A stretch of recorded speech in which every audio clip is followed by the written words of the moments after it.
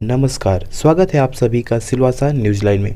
दादरा एवं नगर हवेली के सांसद मोहन डेलकर ने दक्षिण मुंबई के सीगरी नामक होटल में कथित रूप से आत्महत्या कर ली। उनके शव को पोस्टमार्टम के लिए भेज दिया गया है। 7 बार सांसद रहे डेलकर की आत्महत्या के पीछे की वजह का अभी तक पता नहीं चल पाया है। हालांकि पुलिस घटनास्थल पर मौजूद है और मामले की जांच कर रही है। दादरा और नगर हवेली, दमन और दीव के केंद्र शासित प्रदेश दादरा और नगर हवेली की लोकसभा सीट से मोहन डेलकर संसद सदस्य के रूप में काम करने वाले एक स्वतंत्र राजनेता थे। 19 दिसंबर 1962 को सिलवासा में जन्मे डेलकर का पूरा नाम मोहन संजीव भाई डेलकर था।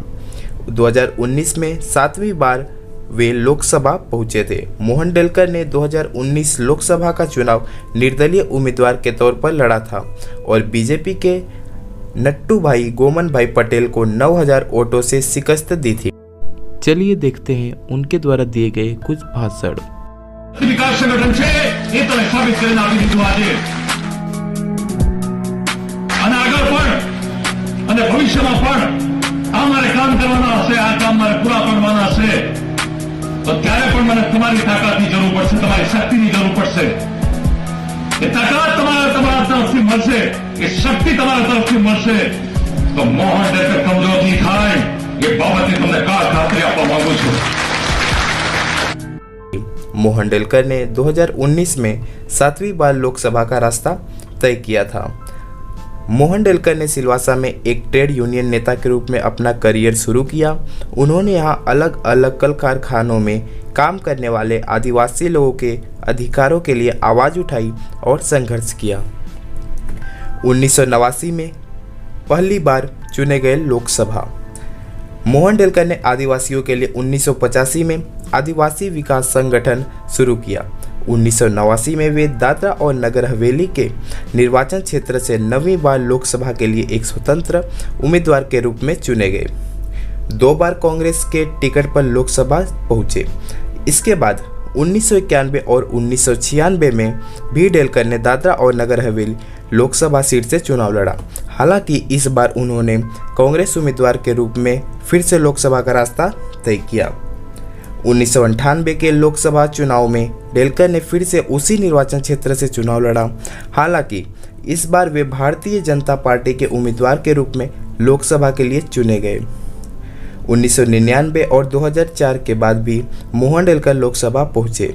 हालांकि इस दौरान उन्होंने निर्दलीय और भारतीय नवशक्ति पार्टी बीएनपी के उम्मीदवार के रूप में चुनाव लड़ा था। 4 फरवरी 2019 को मोहन डेलकर एक बार फिर कांग्रेस में फिर से शामिल हो गए, लेकिन वह लोकसभा नहीं जा सके।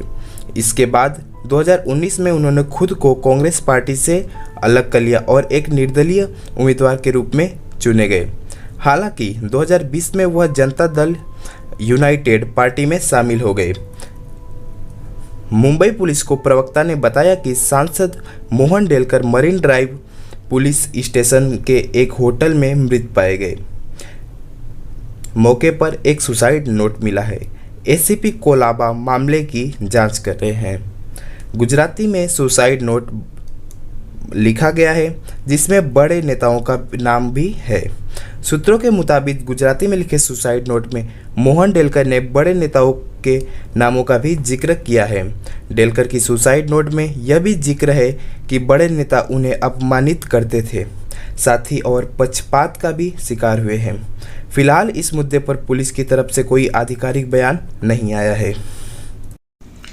उनका शव आने के दूसरे दिन उनके बेटे अभिनव डेलकर और यहाँ पे मुंबई की पुलिस ने उस दिन क्या कहा, आपको भी सुनना चाहिए।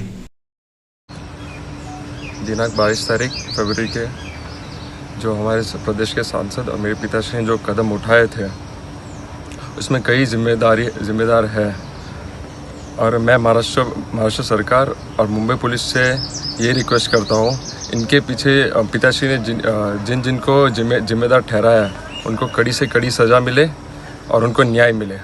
और मैं अपने प्रदेश के सारी जनता को ये कहना चाहता हूँ कि इसमें साथ सहयोग रखें और ये बलिदान व्यर्थ नहीं जाना चाहिए। ये मेरी सबसे रिक्वेस्ट है। मरीन ड्राइव पुलिस स्टेशन के हद में आज दोपहर को एक होटल में लोकसभा के सम्मानीय सदस्य member of parliament Mohan Sanjibhai Delkar, इनका मृतदेह मिला है। घटनास्थल पे पुलिस पहुंची है, पुलिस जांच कर रही है। घटनास्थल पे सुसाइड नोट मिला है, ये सुसाइड होने का शक्यता है। Exact cause of death postmortem के बाद पता चलेगा। इसका जांच एसीपी कोलाबा ये कर रहे हैं। रात्रि में जब पुलिस उनके शव को लेके दादरा एवं नगर हवेली के लिए रवाना हुई, उस दृश्य को आपको दिखाते हैं। और हाँ, इनकी जो अंतिम विदाई वाली न्यूज़ है वो आपको नेक्स्ट वीडियो में मिलेगी। चीफ एडिटर हेमंत मिश्रा के साथ अंकित यादव, सिलवासा न्यूज़ लाइन।